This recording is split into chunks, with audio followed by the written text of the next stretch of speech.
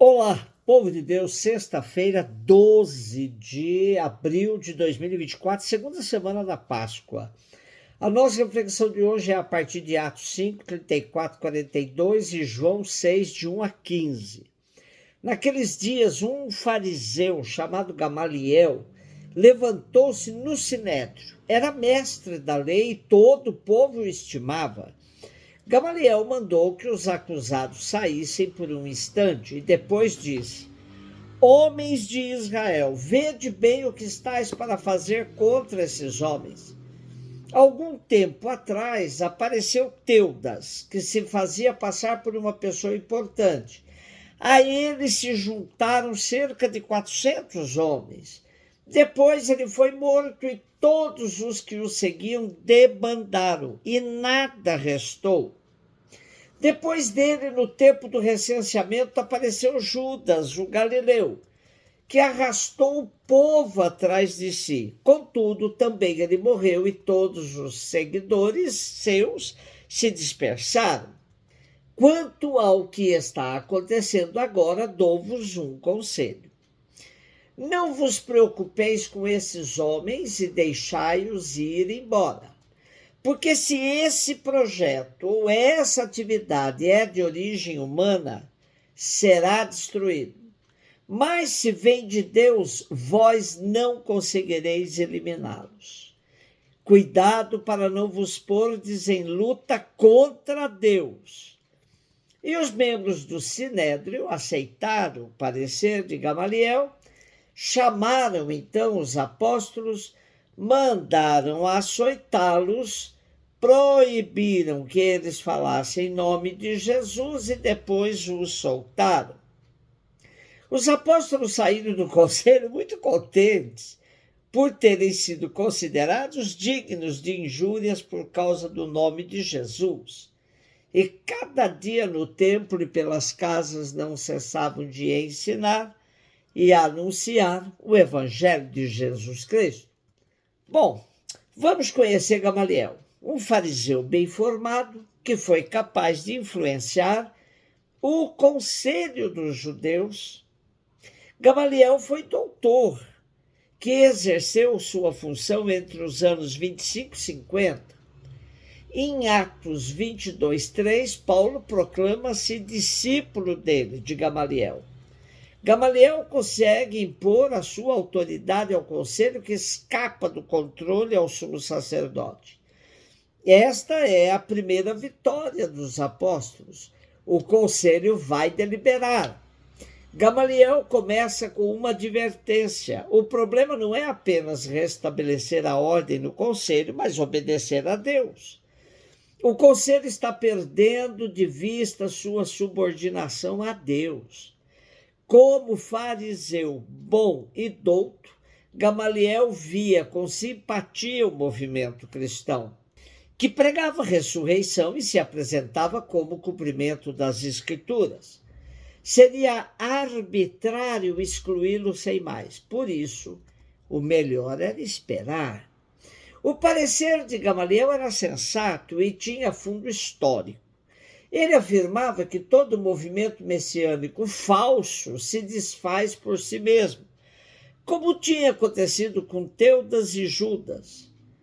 Judas, o galileu, é bem conhecido, chefiou uma rebelião contra Roma no ano 6, 7 da nossa era.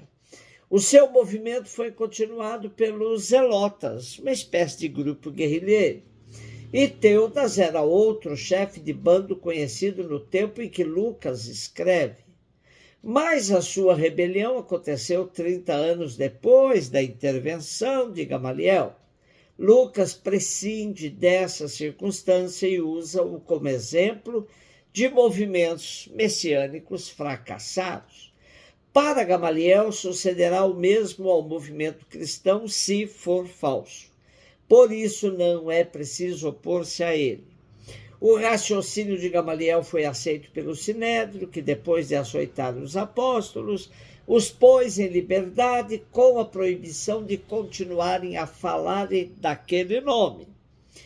Para os apóstolos, seus sofrimentos eram interpretados como sinais de fidelidade à missão que lhes tinha sido confiada por Jesus. Tudo o que Jesus lhes tinha dito sobre as perseguições que sofreriam por causa do Evangelho estava acontecendo. Sentiam-se, por isso, bem-aventurados e equiparados a Jesus. Por isso, ganharam novo ânimo na missão. A perseguição deixa o cristianismo mais forte. Porém, esse é um fenômeno que acontece com todos os grupos fanáticos, que interpretam a perseguição como algo que lhes confere a verdadeira identidade. João 6, 1, 15, Jesus foi para o outro lado do mar da Galileia, também chamado de Tiberíades. Uma grande multidão o seguia, porque via os sinais que ele operava a favor dos doentes. Jesus subiu ao monte e sentou-se aí com seus discípulos. Estava próxima a Páscoa, a festa dos judeus. Levantando os olhos e vendo que uma grande multidão estava vindo ao seu encontro, Jesus disse a Filipe: onde vamos comprar pão para que eles possam comer? Disse isso para pô-lo à prova, pois ele mesmo sabia muito bem o que ia fazer.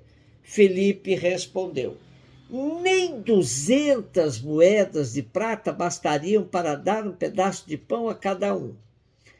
Um dos discípulos, André, o irmão de Simão, Pedro, disse: está aqui um menino com 5 pães de cevada e 2 peixes. Mas o que é isso para tanta gente? E Jesus disse: fazei sentar as pessoas. Havia muita relva naquele lugar e lá se sentaram aproximadamente 5.000 homens. Jesus tomou os pães, deu graças, distribuiu-os aos que estavam sentados, tanto quanto queriam, e fez o mesmo com os peixes. Quando todos ficaram satisfeitos, Jesus disse aos discípulos: recolhei os pedaços que sobraram para que nada se perca. Recolheram os pedaços e encheram 12 cestos com a sobra dos 5 pães, deixadas pelos que haviam comido. Vendo o sinal que Jesus tinha realizado, aqueles homens exclamavam: este é verdadeiramente o profeta, aquele que deve vir ao mundo.